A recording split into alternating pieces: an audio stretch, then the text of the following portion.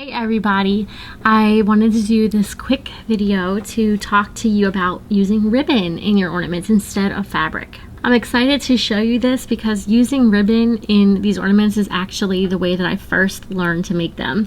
My mom learned how to make these at a demonstration in a craft store, and she learned how to make them with ribbon like this. Now this ribbon is not wired.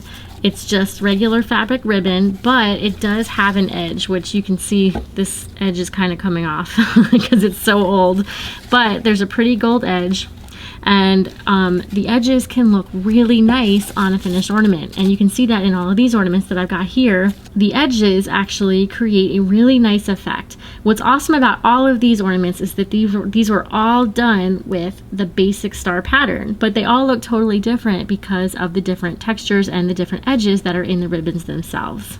Now, there's only one difference between making an ornament with fabric and making one with ribbon, and that is that when you are creating your fold to make a triangle, you want the edge to show in most cases on ribbon. Now, this isn't a steadfast rule. There are always exceptions, but a lot of times you want these pretty edges to show, and so rather than folding over the top edge of your fabric like usual, you will not fold it over. So let me show you what I'm talking about. This is a piece of just regular fabric, and I usually say to use about a 2" by 3" rectangle to start out when you're learning. And when you create your triangles to make an ornament, you usually will fold over the top edge, and that will give you a nice clean finished edge for when you go to make your triangle on the ball.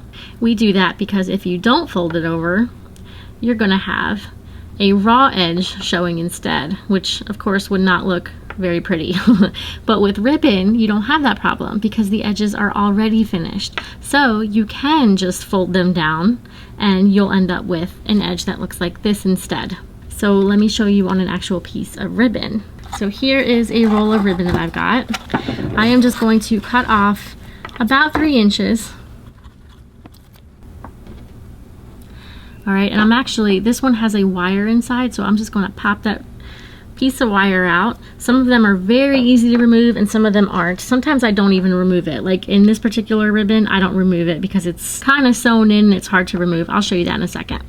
But anyway, so when I'm folding over to create my triangle, when I fold it over, you can see that the edge is nice and finished and it's pretty. And then that's what's going to show on the finished ornament. So let's talk about different types of ribbon that you can use and ways that you can actually maximize the use out of the ribbon that you have. Okay, so here is the ribbon that I used in this ornament.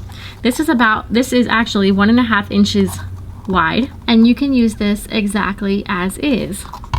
Let me cut off a piece of it.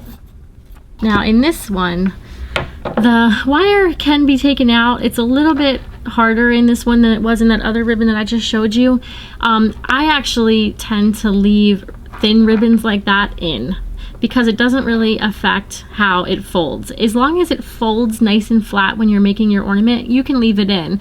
But if it messes with your fold, like if it makes it harder to lay flat, or if it's really easy ribbon to take out, then I would recommend going ahead and taking it out. You just want to play it by ear depending on the ribbon itself. Now this is 1.5 inch wide, and like I said a few minutes ago, I usually recommend starting with a 2 inch wide piece of fabric. But remember that because we're not folding over this top edge, you actually can totally get away with using a 2 or 1.5 inch wide piece of ribbon. So yes, it's more narrow, but you will be able to get away with it just fine because you don't have to fold over that edge. And something else, you can actually get away with using even wider ribbon. So back to this blue I showed you a second ago. You can use it just like this, but something that I like to do is because it's so wide, I actually like to cut it in half lengthwise, just like this. And then you'll get twice as many pieces out of it, excluding the band, of course, that you're going to put around your ornament, okay? Because you don't want to cut that in half. You're going to need that whole thing. But for all of the individual pieces that are in your ornament, you can use these smaller pieces and you'll get a lot more use out of a roll of ribbon. So that is pretty awesome. Now, something else that you're going to want to keep in mind when you are using ribbon It's really important that you keep really straight lines. And this is something I talk about a lot in the Basic Star Workshop. So if you haven't seen that video series yet, I definitely recommend that you check that out. But you really want to keep really straight lines because of the fact that you are really showcasing the lines when you use ribbon because the edges are so pronounced, okay? They're gonna look really prominent in the finished ornament. And really quickly before I end this video, I do just want to show you really fast how to actually do this. So I'm going to place this with the pattern side down just like I do with regular fabric. Everything is gonna be just like with regular fabric except for the fact that I did not fold over my top edge the way that I do with fabric, okay? But I put my pin just below the top edge, okay? So it's right below the silver line in this case. All right, it's kind of hard to see because the pin's silver too, but it's right below. And then I'm just gonna do my triangle the same way that I do with fabric.